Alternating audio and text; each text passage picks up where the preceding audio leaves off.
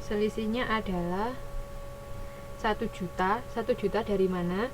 Dari 10.000 dikali 200 jam dikurangi 9.500 dikurangi 2000 jam.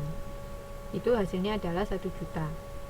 1 juta ini sebentar.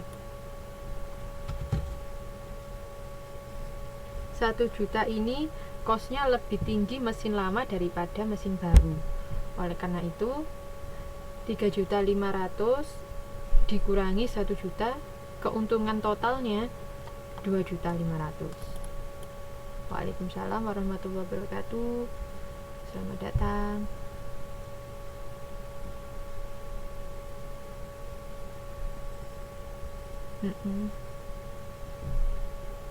Iya. Jadi teman-teman bisa dipahami cara menghitungnya ya. Kalau dilihat-lihat secara umum atau kasarannya, untungnya dari situ. Untungnya harusnya 3.500.000, tapi karena ada perbedaan biaya tenaga kerja, maka keuntungannya jadi hanya 2.500.000. Iya, sudah keras.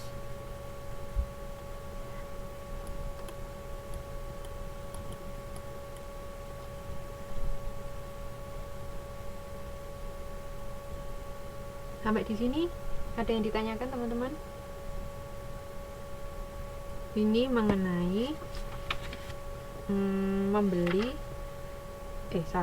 ini mengenai penggantian mesin atau memperbaiki mesin atau membeli mesin yang baru.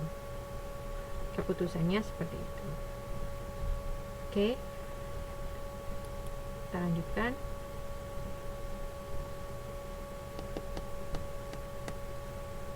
Nah, selanjutnya penggerak tingkat batch atau batch level cost driver. Dalam ilustrasi sebelumnya, beberapa cost tetap dimasukkan tetapi tidak termasuk cost tenaga kerja berkaitan dengan setup.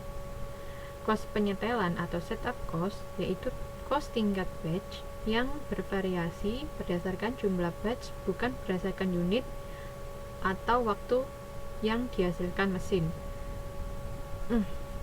Oh ya, sebelumnya teman-teman lihat dulu di ilustrasi yang sebelumnya.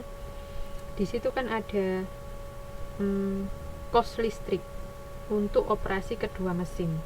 Cost listrik untuk operasi kedua mesin sama, yaitu 2.500. Cost 2.500 ini berarti bukan cost relevan atau cost diferensial. Karena apa?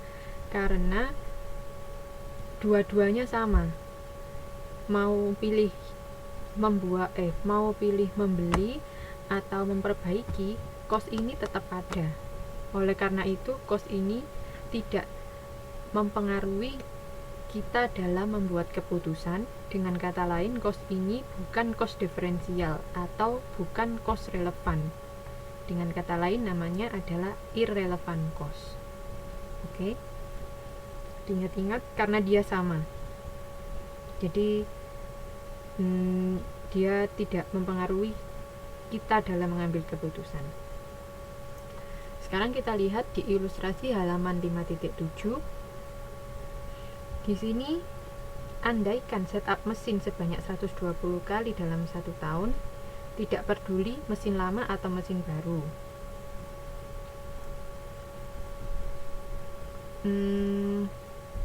Namun mesin otomatis lebih mudah untuk disetel, hanya membutuhkan waktu 1 jam untuk penyetelan mesin baru, sedangkan mesin lama membutuhkan waktu 4 jam.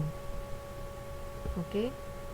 Asumsikan juga bahwa mesin yang otomatis menggunakan tenaga kerja kurang terampil dengan tarif 9.500 untuk setiap jamnya.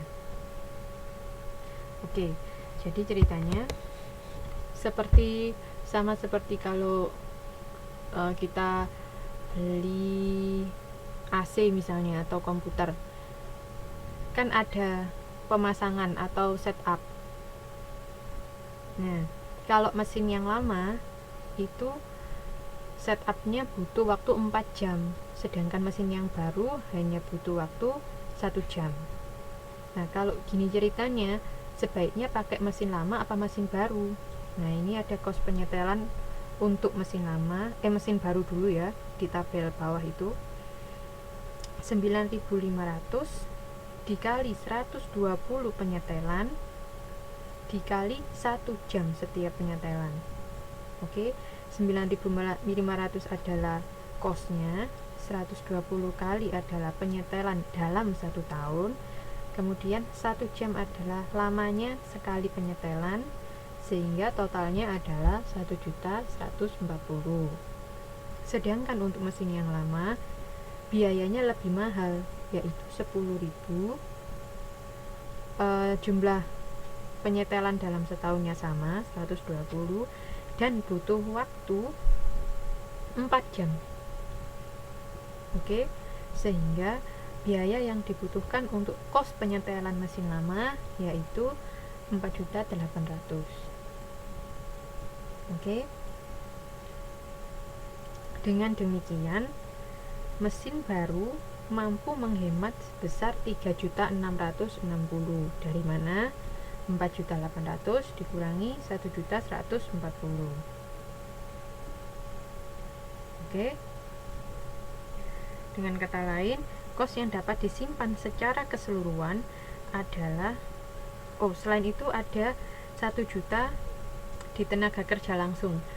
Seperti yang kita sudah hitung sebelumnya, kalau pakai mesin baru kita bisa hemat 1 juta. Oleh karena itu, total dari kos yang dapat disimpan secara keseluruhan adalah 4.660.000. Hasil ini lebih besar dibandingkan dengan keuntungan kalau kita menggunakan mesin lama, yaitu 3.500.000 dengan keuntungan bersih 1.160.000. Oke. Kenapa kok bukan 2.500.000? Karena 1 jutanya pindah ke 3.660.000. Bisa dipahami ya? Halo? Oke. Jadi kalau menggunakan mesin lama. Oke. Teman-teman yang lain?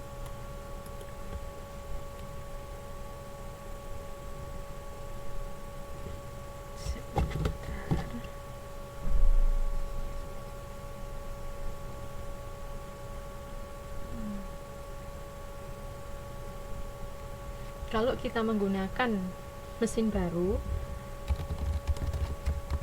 keuntungan yang kita peroleh adalah 3.660.000 ditambah 1 juta. Oke. Tapi kalau mesin lama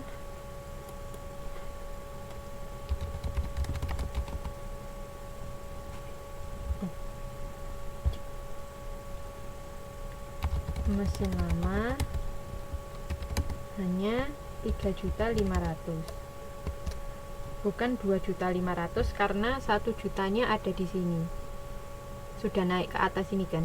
Tadi 2.500.000 karena 3.500.000 dikurangi 1 juta. Oke.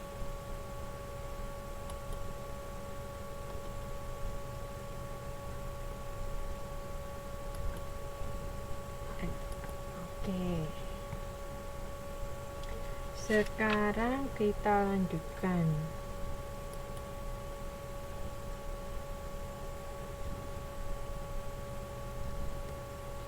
Penggunaan sumber daya aktivitas. Umumnya keputusan taktis membutuhkan analisis yang lebih rumit.